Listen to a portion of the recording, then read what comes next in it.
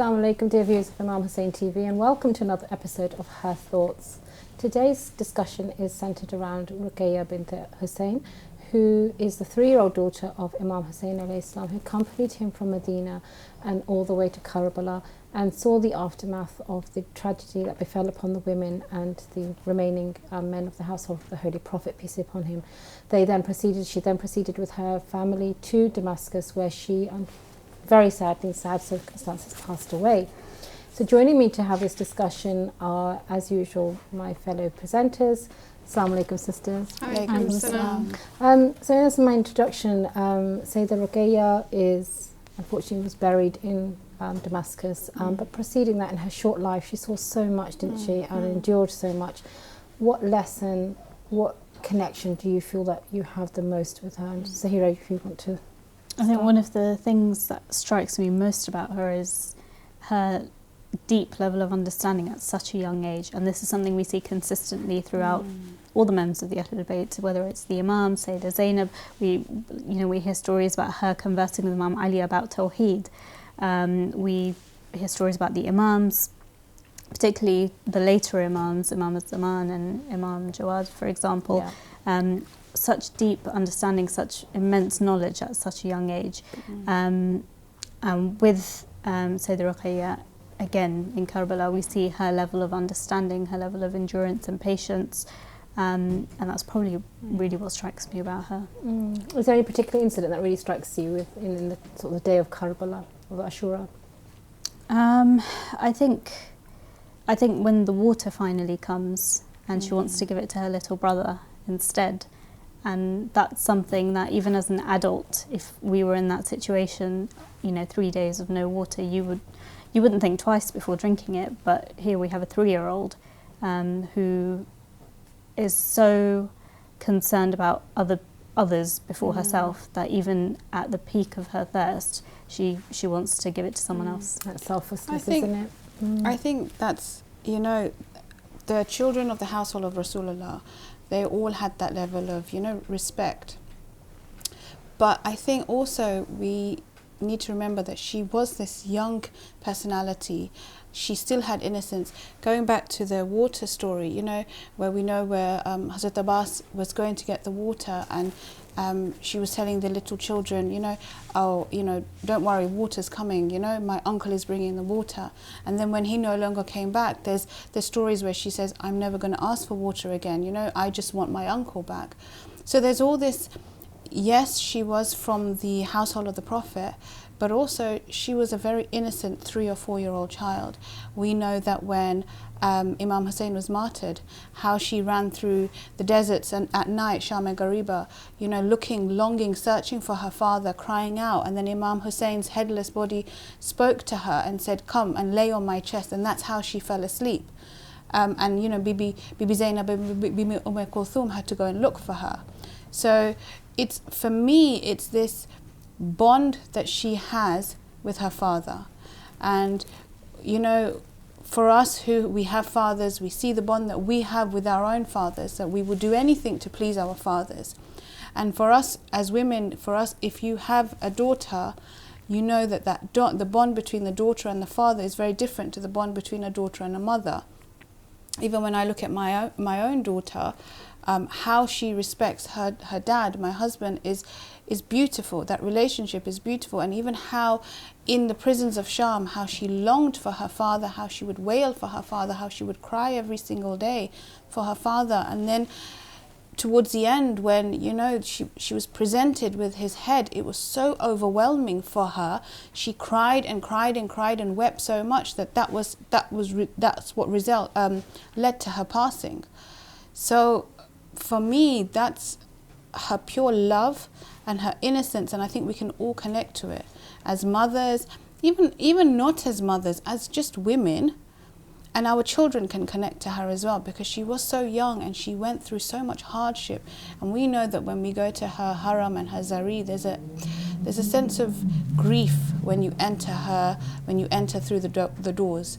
And we know that so many miracles take place at her zari because of everything that she went through and at such a tender age. Absolutely. And I find with her shrine in Damascus, there's you know, obviously the eeriness around it, and you think, you realise her loneliness as well, that where she was in this palace, where it's still, you know, there were remnants in the last time I went, many years ago now, but it was, you see the tragedy of how they must have left her, and the stories again of her mother when she was leaving the, you know, her the resting place, and how what must have befallen her mother's heart, because she lost these 2 young children.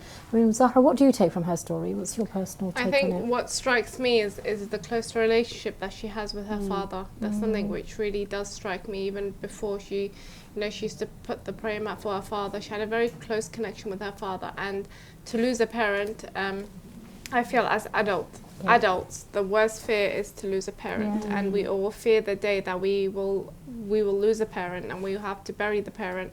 Or in her case, they couldn't even bury her parent.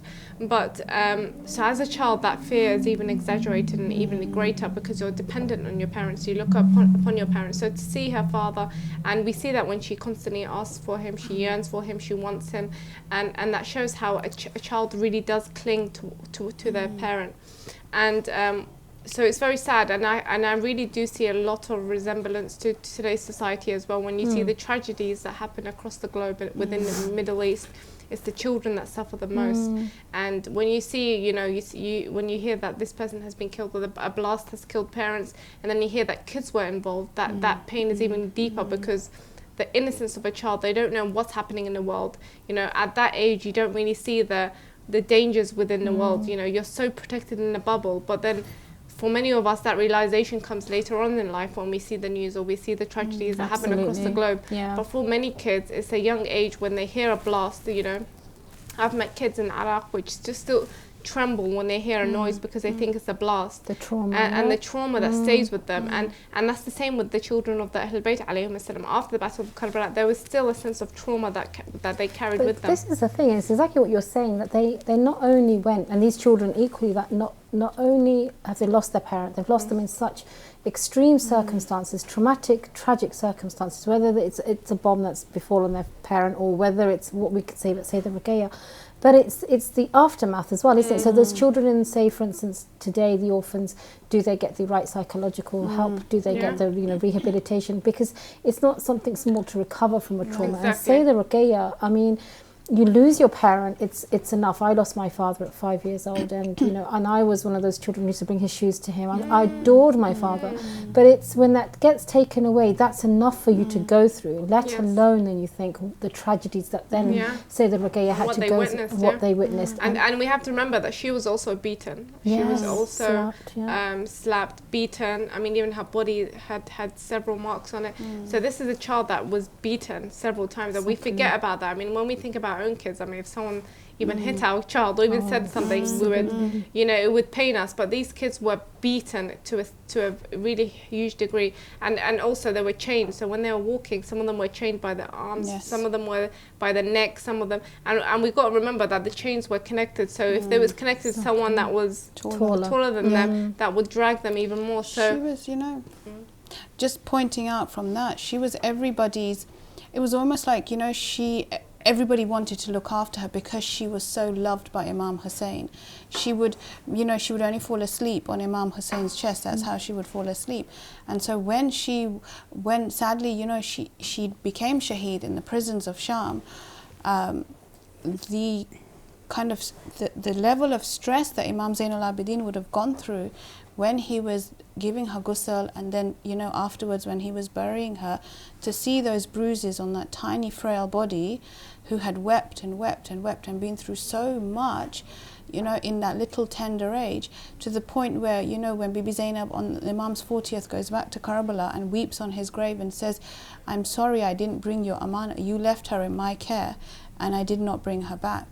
And you know, we can resonate Bibi Ruqayah into modern day time, you know, just going back to what you were saying about the orphans who have suffered because of the war, but their fathers have been made shaheed, or, you know, even when you go to these countries, and even as a clinical profession, when I go to these countries and I test their eyes, you can see the level of distress that they're under.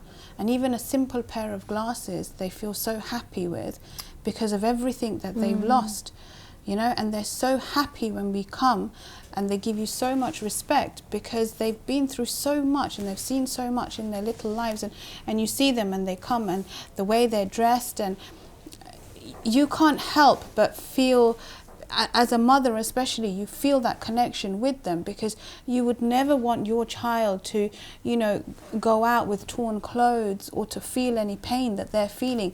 But it's sad because at the end of the day, these are children whose fathers have been made shaheed, and now we're going out to help them. But as a mother, as a clinical profession, you need to stay strong. You know, you need to be composed.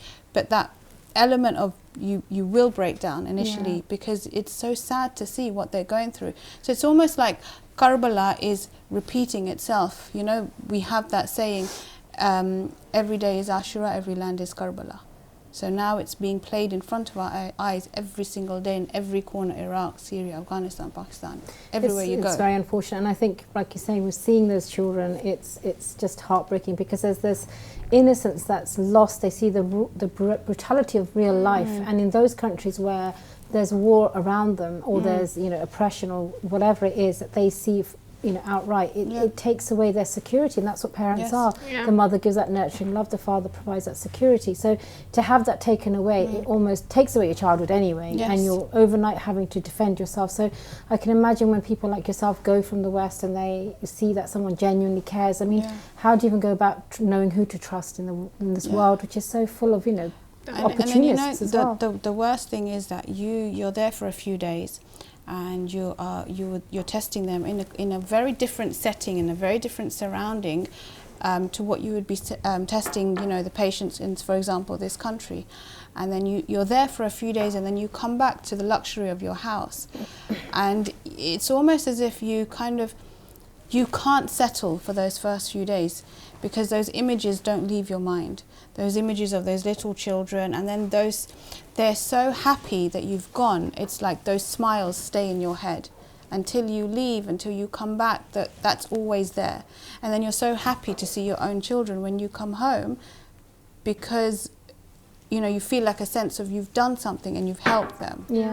It's true, because I think, you know, obviously in your way you're doing clinical work, and other people, you know, lots of ways. We've been to visit orphans, and I know when we did projects in Iraq many years ago, you know, we did Eid gifts, and I remember going and going to the slums of outside of Karbala, and the children, just the joy that they felt just by getting gifts. And, you know, there was people saying, well, this is, you know, what they're going to get from gifts, but just to have a moment's smile on their faces was, you know, it may not be something, like, you can't resolve everything that they go through. None of us can. It's beyond our... And we know, you know, just to place your hand on an orphan's head, how much thawab that is. So, you know, just even these little things like giving sweets and giving gifts and giving them toys, for them it's such a big, you know, and we should do what we can. Of course. And the thing is, we talk about the kids' security going, but at the same time is the parents' trauma, not being, I mean, a parent wants to protect their child, and that is a role that every parent wants to do. No parent wants their child to suffer.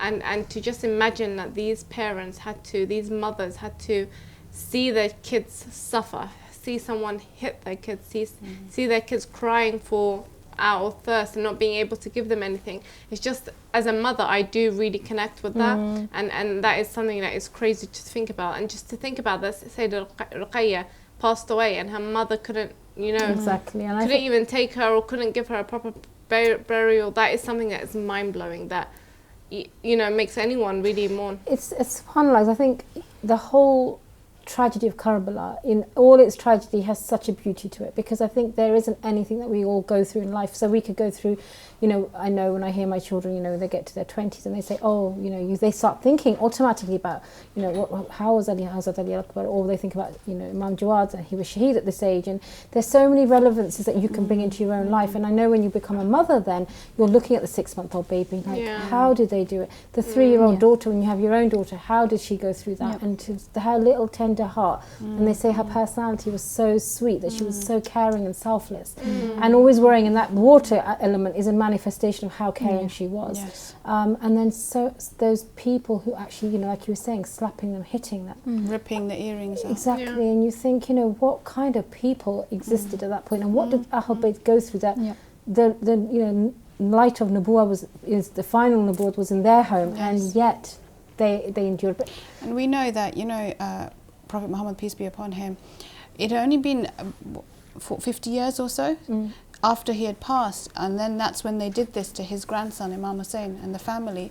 So how much had Islam changed in that short period of time for them to forget everything that Prophet had taught us and the people at the time, to then do this to, you know, Imam Hussein, Hazrat Abbas, Bibi Ruqayah. I mean, this was Prophet's family. I do wonder how much did they actually have embedded in their hearts to then turn that around and actually do all of that. So who knows what the state of their hearts were. But I think for me it's taking that lesson and saying, I don't want to just say what I believe in, because when you're getting tested with that, you know, with anything in your life, it's to actually live up to what you're saying, because if it's easy to regurgitate words, but the actions have to come, and otherwise we could easily fall into those criminals where they didn't think twice about meeting up that tragedy. But Zahira, what do you think about like the lessons that she's really her impact in the message of Karbala, about spreading the message of Imam Hussein? I think I know we've mentioned her age quite a bit, but I think her age is something that makes her stand out, and it makes us realise that our responsibility towards the religion, our obedience towards Allah subhanahu wa ta'ala, and our dedication towards the Imam of our time is not something that starts after a certain age or in adulthood. It's something that obviously was manifest from a very young age with her. And so that's something that we can also take away when it comes to, you know, when we look at our own family units and things like that. I mean, we know her hijab was immaculate at that tender age of 3. So, you know, there are so many things that even at her small age we can learn from her, and we can introduce that in our own lives and in our children's lives as well.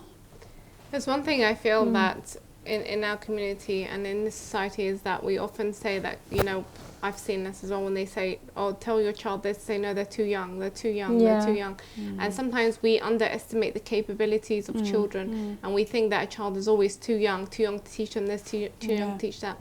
But when we look at Sayyidah Ruqayah alayhi salam, her eloquence, the way she spoke, her understanding of what was happening, her understanding of God, her understanding of religion was so great, that shows that of course of course, you know, her status is great, but in a sense that a child is never too young. No. I mean, children her age now are watching Cocomelon on YouTube, and you know, and which is what? That's a new thing, Cocomelon. I'll definitely check that out after. Do you know about Cocomelon? Oh, okay, you'll come to I'll know. YouTube it after. So even I don't know. You don't? Okay, Cocomelon. Okay, we'll stop talking about Cocomelon. Yeah, exactly. So but now kids are on YouTube just watching anything that comes on, you know, opening an egg for 1 hour, these Kinder surprises. But I think we really have begun to dumb down children. It's true. And we feel like a child is never capable of doing this, never capable of doing it. But children are capable. We underestimate the capability of children. Get them, speak to them, have conversations with them. Speak to them even about religion, about God, about many of these aspects. Oh, my kids go to a Catholic school. When they were in nursery, they talk to them about God. And they talk, you know, about nature. So why do we begin to feel like a child is incapable? It's an excellent point. I'll just come to say that in a moment. But just going on from what you're saying, I don't know if you've ever noticed, like when I go out and I used to see how Western people, like English people, talk to their children. Oh, Charlie, as adults, you know, Charlie, what do you think? And Charlie's babbling on. Well, I think this, Daddy, and you think, and our kids were like, oh, you don't know. We don't want to see you. Go away, hide. But actually, you're absolutely 100%. Right that the intelligence of a child can really be nurtured from a very young age, and they're like sponges. They will take and watch. And I remember going to a majlis a few years ago, and there was a child there, and literally he couldn't have been older than 2, and he was sat there and he just kept replaying his YouTube. It's on his mum's phone, on his little whatever he had device, and he was playing. And I was astounded at his age and what he knew how to work with. And when it didn't work, Mama, I was thinking, my goodness. So you're absolutely right. Sorry, say what you want to say. I mean, just taking on from what Zahra was saying there, and what you were saying about children's minds being sponges, we know that children at a very young age can become Hafiz al-Quran. You know, if you're giving them that opportunity, they can become Hafiz al-Quran. And even, you know, when I teach children in madrasa, I teach a young age. They're about 5, 6, some of them are 7. And when they're given the opportunity to learn, and when you teach them at the level that they need that teaching at, they will regurgitate so much back to you. Especially, I remember last Muharram, I was lecturing them on Sham Ghariba, and it was a beautiful scene. We had, you know, dummy candles lit up, and the way they sat there next to my feet and just listened for half an hour about the events of Sham Ghariba, not one child uttered a word, because they were so captivated as to what they were being taught. So actually children, if they're given that potential, they can learn. And even when you ask them questions, they will come back and they will give you all the answers back. Yeah. It's amazing, and I know we had some conversations before, Zahra and myself, where we were saying that often the biggest downfall for us as human beings is when we don't expand our emotional intelligence and understand situations where perhaps it doesn't relate to us in our life, but we should look beyond what we can relate to and see what others can what go through, and understand and be compassionate towards them. So the fact that she's 3 years old will resonate with a lot of children, because if there's a limitation on that capacity to understand anything outside of what they know, they'll at least understand that that's a child there. I'm a child. They know that, and they do. And children connect to children. I remember a couple of Muharrams ago, my son was shedding tears for Sayyidah Ruqayah, even though he probably doesn't know much about her history, but because he connected to the fact that she suffered so much, and he was probably around that age, maybe a little bit older at that time, he was like, oh, I'm feeling something in my eyes. He couldn't comprehend that it was tears, but he realized that, you know, there's something dripping from his eyes, and he felt that pain of what she was going through. And that nourishment of the heart, keeping it soft and supple, is so important, because that's when they say Allah's guidance comes in, when, you know, you feel the softness and you feel those tears coming, and if we get our hearts hardened, it's harder for us to connect. And this is why we should take them to majalis, so that they learn. And it's, you know, some people often say, oh, you know, you shouldn't tell them because it's scary for them, they get scared.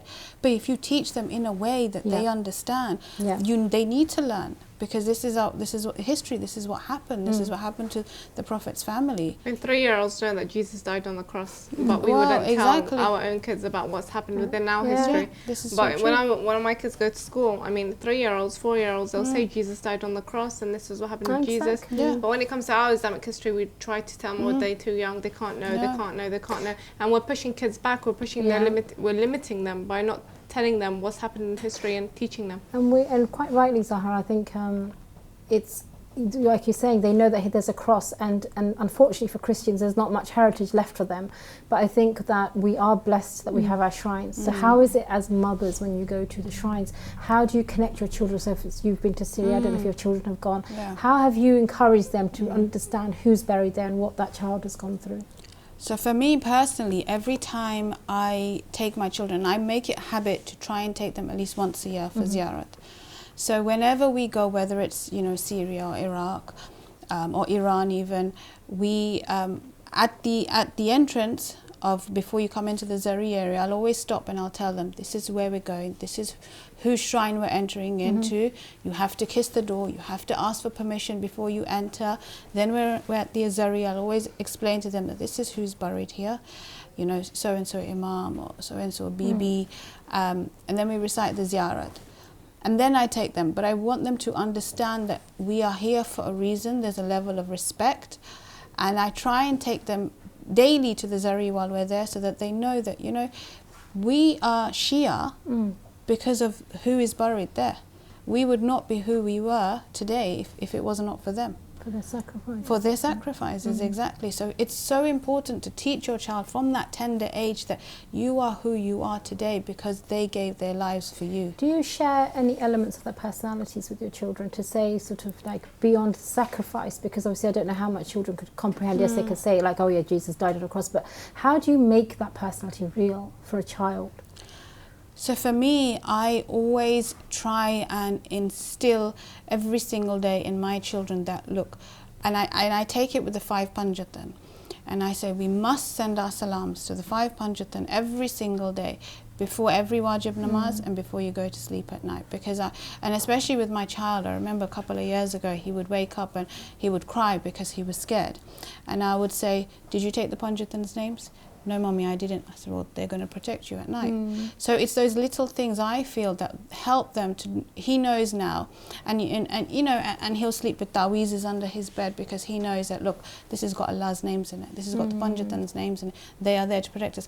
In my home, We have a big alam downstairs of Hazrat Abbas, and then in each bedroom upstairs, so even my daughter's room, my son's room and my bedroom, we have a small alam.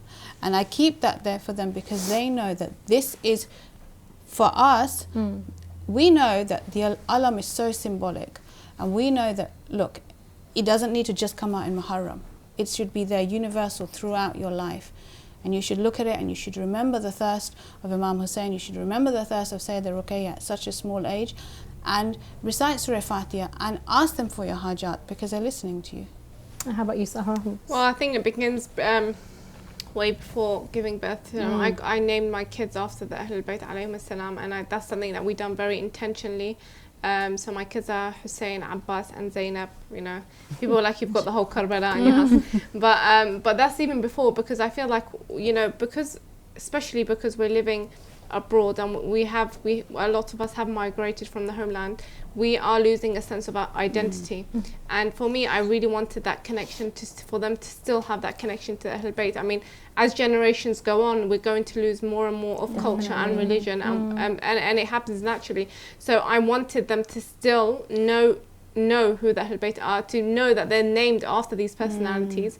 And it has helped, because when we've travelled back to Iraq, Hussein says this is Hussein's shrine and I'm named after him, and Abbas says I'm Abbas's shrine, named after him. When they hear Latmiyat, when they hear Nasheeds, it's Hussein, Abbas, Zainab. I mean, Zainab is just 1 year old, but there's this one Iranian Latmiya that she listens to all the time, and it says her name, and she will listen to it all the time because it says her name, and she knows Zainab. So I think it's honestly, naming kids, anyone that has kids, just think about the name that you give them, because it's not that we're going to be questioned on the Day of Judgment, the name that we give our kids. So it's very important. It's their right, isn't it? It's their right, it's the child's right. So that's number one. Number two, we have we have a habit of just dragging kids around to mosques and dragging them everywhere without explaining to them, you know, what we're doing. So when going to Iraq, it was very, very difficult. I mean, even Abbas, especially Abbas, my son, he didn't like when they touched him, when they would search. So he would actually say, "Don't touch me," and so then we would, you know, that's why I feel like it's a hard journey. It is a hard journey. Iraq is not as stable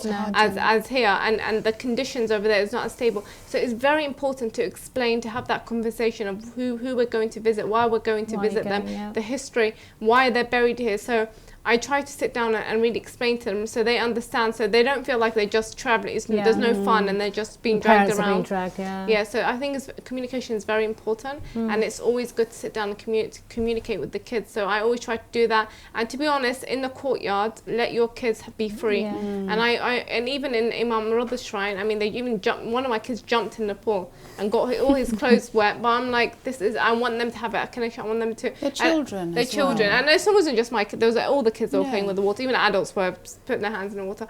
But let them feel comfortable in these environments, and let them build a connection, because it's such a calm, peaceful atmosphere. So let them, and there's a lot of barakah there. So I think communication, number one, and number two, the naming of your child is very important. Brilliant. And we know that the name that you give your child will have an impact on that child's personality. And, you know, coming back to taking your children for ziyarah, you don't want them to fear going for ziyarah. You don't want them to feel like, oh, it's not a holiday. You want them to feel peace there, and you want them to feel like they want to go back. And they also need to realize that they're so lucky to be called at such a young age for ziyarat. Let's pray, inshallah, the shrines open up safely and we're able to return. Zahira, any last comments? We're about to run out. I was just going to say, Zahra, from you know, carrying on from what you said, I think it's so important to let kids connect at the level that they understand and they are comfortable with. Not necessarily always forcing them to recite whatever you're reciting, because you will understand, and for them maybe them just writing a letter with their felt tips or whatever might be something that they connect with better. I remember one of my friends, when they were kids, every 15th Sha'ban they'd get all the arts and crafts out, the glitter, the felt tips, all the nice stuff, and then they would make cards for Imam al-Zaman and things like that. So it's so important to kind of let them connect, but let them connect at a level that they understand as well. I remember my children were younger, would take midnight trips to the local rivers and just go through it. With They love that. It's exciting, isn't it? Yeah. It is. So any last comments? We're about to run out of time. So no, just, you know, coming back to her iconic state, you know, Bibi Ruqayah, she was born in the household of the Prophet. nobody can ever take that status away from her, but she was a child and we can all connect to her as mothers and as children, we can all connect to her. Thank you. Anyone? Definitely, I would say, yeah, like Zahira said, I think getting kids involved is very important, and it's something that I try to do in Ramadan, Muharram, just try to get them involved, never underestimate their capabilities, and teach them and have good communication with them. That's all we have time for. Thank you so much. Inshallah, we will have another episode coming up in the coming days. Please keep us in your du'as. Assalamu alaikum wa rahmatullahi wa barakatuh.